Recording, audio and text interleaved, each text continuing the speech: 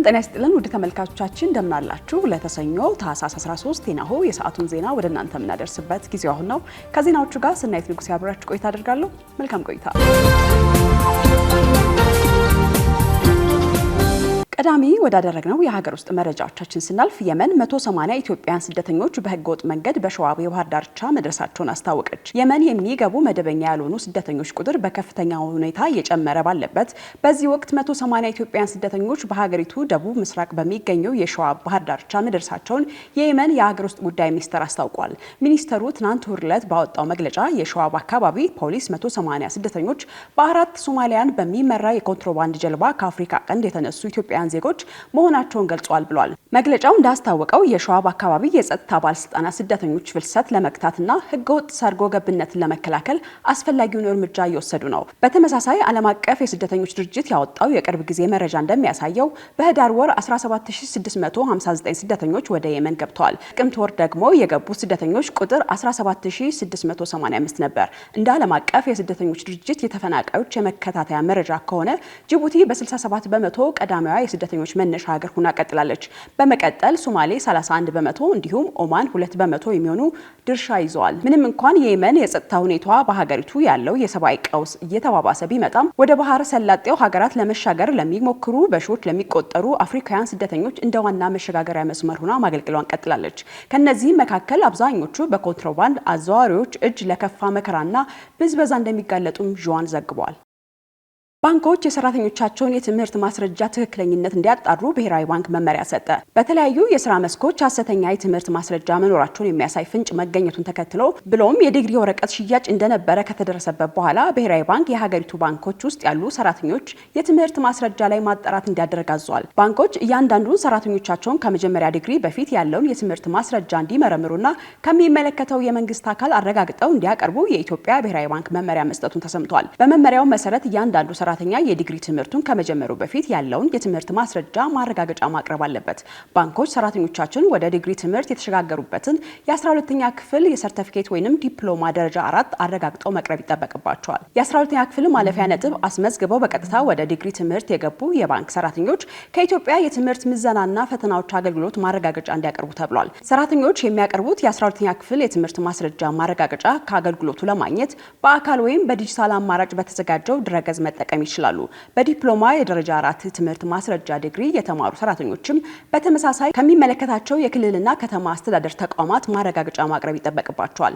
ሰራተኞቹ ለዲግሪ ትምህርት መግቢያ ያስመዘገቡ የዲፕሎማ ማስረጃ ትክክለኝነት የሚያረጋግጠው ማስረጃ ከተገኘበት ከክልል የቴክኒክና ሙያ ኤጀንሲና ከከተማ አስተዳደሮች የስራና ስልጠና ቢሮዎች ነው። ባንኮች ይህንኑ የብሔራዊ ባንክ መመሪያ ለሰራተኞቻቸው ማሳወቃቸው ተሰምቷል። የግል ከፍተኛ ትምህርት ተቋማት የቁጥጥርና ክትትል አሰራሩ የፈጠረውን ክፍተት ተጠቅመው በዲግሪ ወረቀት ሽያጭ ላይ ተሰማርተው እንደነበር ትምህርት ሚኒስቴር መግለጹ ይታወሳል። በዚህ ምክንያት የትምህርትና ስልጠና ባለስልጣን የግል ከፍተኛ ትምህርት ተቋማት ራሳቸው የዲግሪ ወረቀት አትመው መስጠት እንዳይችሉ ማግዷቸዋል። በጋምቤላ ክልል በቂ የጸጥታ አካላት በአስቸኳይ እንዲሰማሩ ኢሰመኮ ጠየቀ። በጋምቤላ ክልል ባለፈው 2 ሳምንታት በተለያዩ አካባቢዎች በተፈጠረ ግጭትና የጸጥታ መደፍረስ የሰዎች ሕይወት መጥፋቱና የአካል ጉዳት መድረሱን የኢትዮጵያ ሰብአዊ መብቶች ኮሚሽን ገልጿል። በክልሉ በሰዎች በሕይወት የመኖር ጨምሮ ሌሎች የሰብአዊ መብቶች ጥሰቶች እንዳይደርሱ ለመከላከል በቂ የጸጥታ አካላት በአስቸኳይ እንዲሰማሩ እንዲደረግ ኮሚሽኑ ጠይቋል። ኢሰመኮ ጥያቄውን ያቀረበው በጋምቤላ የተለያዩ አካባቢዎች የሚያገረሹ ግጭቶች በክልሉ ነዋሪዎች ሰብአዊ መብቶች ላይ የሚያደርሱ ትን ጉዳት በተመለከተ እሁድ ታህሳስ 12 ቀን 2018 ዓ.ም ባወጣው መግለጫ ነው። ኮሚሽኑ በዚሁ መግለጫው በክልሉ ውስጥ ባሉ ኢንታንክ ልዩ ወረዳ፣ ጋምቤላ ወረዳና በጋምቤላ ከተማ ከህዳር 28 ቀን 2018 ጀምሮ የተፈጠሩ ግጭቶችን እየተከታተለ እንደሚገኝም ገልጿል። የጋምቤላ ከተማ ፖሊስ አዛዥ የነበሩት ዋና ኢንስፔክተር ኦሞድ ኦጁሉም መገደል ተከትሎ በጋምቤላ ከተማና በአካባቢው ባሉ ወረዳዎችና ቀበሌዎች ግጭት ተፈጥሮ እንደነበረ ኢሰመኮ በመግለጫው ጠቅሷል። የጋምቤላ ከተማ ፖሊስ አዛዥ ባለፈው ማክሰኞ ታህሳስ 7 ቀን 2018 ዓ.ም ከተገደሉ በኋላ በከተማይቱ ለቀናት የቆየ የተኩስ ልውውጥ ሲካሄድ እንደነበረም ነዋሪዎች ገልጸዋል። ይህንኑ በዛሬው መግለጫው ያረጋገጠው ብሔራዊ የሰብአዊ መብቶች ተቋም በዚህ ሳቢያ የሰዎች ሕይወት መጥፋቱና የአካል ጉዳት መድረሱን አስታውቋል። ሆኖም የኮሚሽኑ ባለፉት ቀናት በነበሩት ግጭቶች ምንም ያህል ሰዎች እንደሞቱና እንደተጎዱ በመግለጫው ከመዘርዘር ተቆጥቧል። በጋምቤላ ከተማ በነበረው የግጭት ምክንያት ባንኮችና የመንግስት መስሪያ ቤቶች ጨምሮ በርካታ አገልግሎት ሰጪ ተቋማት አገልግሎቱን ማቋረጣቸው እንደተገነዘበም ኢሰመኮ በመግለጫው አስፍሯል። ኢሰመኮ በመግለጫው በጋምቤላ ከተማ የሰዎችና የመጓጓዣ አማራጮች እንቅስቃሴ የሚገድብ የሰዓት እላፊ በክልሉ መንግስት መጣሉንም አንስቷል። የክልሉ መንግስት መቀመጫ በሆነችው የጋምቤላ ከተማ በወቅታዊ የጸጥታ ሁኔታ ምክንያት ከምሽት 1 ሰዓት በኋላ የሚደረግ የተሽከርካሪና የሰው እንቅስቃሴ ላይ ክልከላ የተጣለው ህዳር 30 ቀን 2018 ዓ.ም ነበር። ካሽጎ በየትኛውም ዓለም ሆነው በማንኛውም ሰዓት ለወገኑ የሚደርሱበት ፈጣን የገንዘብ መላኪያ ተከፈተሎ። ማስተርና ቪዛ ካርዶን በመጠቀም ከ5 እስከ 20 ዶላር የሚልኩበት አዲስ የገንዘብ መላኪያ መንገድ። ካሽጎን ለየት የሚያደርገው የትኛውም የገንዘብ ዝውውር በፍጥነት አገልግሎት ከመስጠቱም ባሻገር ለማንኛውም አገልግሎት ምንም አይነት ክፍያ አለመጠየቁ ነው።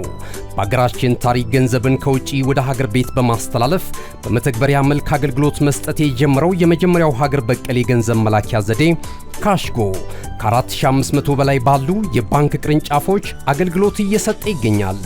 ገንዘቦን በሰኮንዶች ልዩነት ውስጥ ይፈልጉ በአካውንቶ ወይንም በእጆ ቆጥረው የሚወስዱበት ልዩ ዘዴ።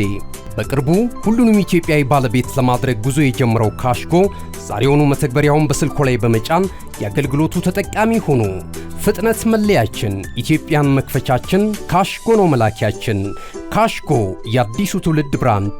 ከውጭ ወዳገኘናቸው መረጃዎቻችን ስናልፍ በናይጄሪያ ማዕከላዊ ግዛት በሚገኝ የካቶሊክ አዳሪ ትምህርት ቤት ታግተው የተወሰዱ 130 ተማሪዎች መለቀቃቸውን ባለስልጣናት ገለጹ። የናይጄሪያ ባለስልጣናት በሀገሪቱ ማዕከላዊ ኒጀር ግዛት በሚገኝ የካቶሊክ አዳሪ ትምህርት ቤት ታግተው ከተወሰዱ ተማሪዎች መካከል 130 ህጻናት ማስለቀቁን አስታውቋል። በናይጄሪያ ባለፈው ወር ከ250 በላይ ህጻናትና ሰራተኞች በፓፒሪ ከሚገኘው የካቶሊካዊ ትምህርት ቤት ታፍነው መወሰዳቸው ይታወሳል። ከነዚህም መካከል በዚህ ወር መጀመሪያ ላይ 100 ያህሉ ህጻናት ተለቀዋል ነው የተባለው።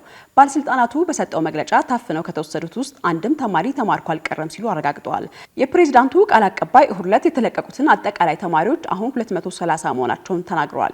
ይሁን እንጂ ቃል አቀባዩ ተማሪዎች ከታገቱበት ጊዜ ጀምሮ የተወሰዱት ሰዎች ትክክለኛ ቁጥርና ምን ያህሉ በምርኮ እንደቀሩ ግልጽ አላደረጉም። በመሆኑም ከታጋቾቹ የተወሰዱት ተማሪዎች በዛሬው ዕለት ወደ ኒጀር ግዛት ዋና ከተማ ሚና ይገባሉ ተብሎ ይጠበቃል። የናይጄሪያ የክርስቲያን ማህበር እንደዘገበው በአፈናው ወቅት 50 ተማሪዎች ማምለጥ ችለዋል። በሰሜንና በማዕከላዊ ናይጄሪያ የሚገኙ ትምህርት ቤቶችና የአምልኮ ስፍራዎች ላይ ያነጣጠሩ ጥቃቶች እየጨመረ መጥቷል ነው የተባለው። በመጨረሻም አሜሪካ በማያሚ በሩሲያና በዩክሬን መካከል የተደረገው ውይይት ገንቢና ውጤታማ ነው ስትል ገለጸች። የአሜሪካ ልዑካን በዩክሬን ያለውን የሩሲያ ጦርነት ለማስቆም ከሩሲያና ከዩክሬን ተደራዳሪዎች ጋር በማያሚ የተለያዩ ስብሰባዎችን አድርገዋል ተብሏል። የአሜሪካ ልዩ መልእክተኛ ስቴቨን በፍሎሪዳ ግዛት ከዩክሬን አውሮፓውያንና ሩሲያን ተደራዳሪዎች ጋር የተለያዩ ስብሰባዎች ካደረጉ በኋላ የሞስኮን ጦርነት በዩክሬን ለማስቆም የሚደረገው ንግግር አመርቂና ተገቢ ነው ሲሉ አድንቀውታል። እሁድ ዕለት በማያሚ የተካሄደው ድርድር በአሜሪካ ሩሲያና ዩክሬን መካከል በዩናይትድ ስቴትስ ፕሬዝዳንት ዶናልድ ትራምፕ 4 ዓመታት የተቃረበው ጦርነት ለማስቆም ባቀረቡት ባለ 20 ነጥብ እቅድ ላይ የተደረጉ ተከታታይ ስብሰባዎች የመጨረሻ ነው ተብሏል።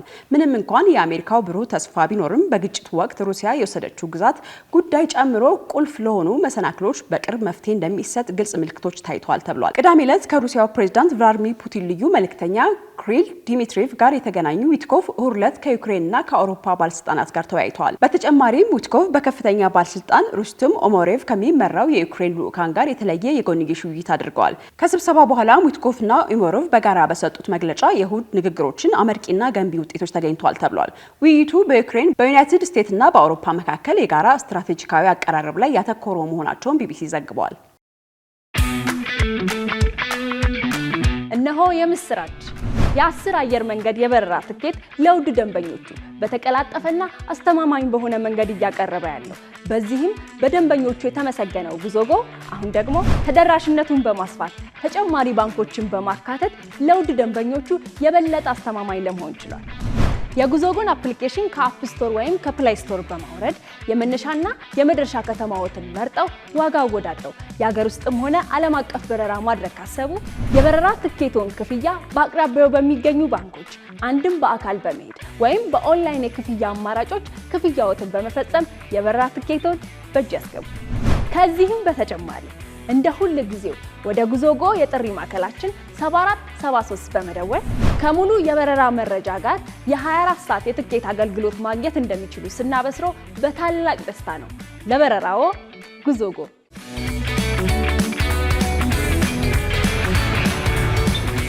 የሰዓቱን ዜና የተከታተላችሁትን ይመስል ነበረ። ከዜናዎቹ ጋር ሰናይት ንጉሴ ቆይታ አደረኩኝ። መልካም ቀን።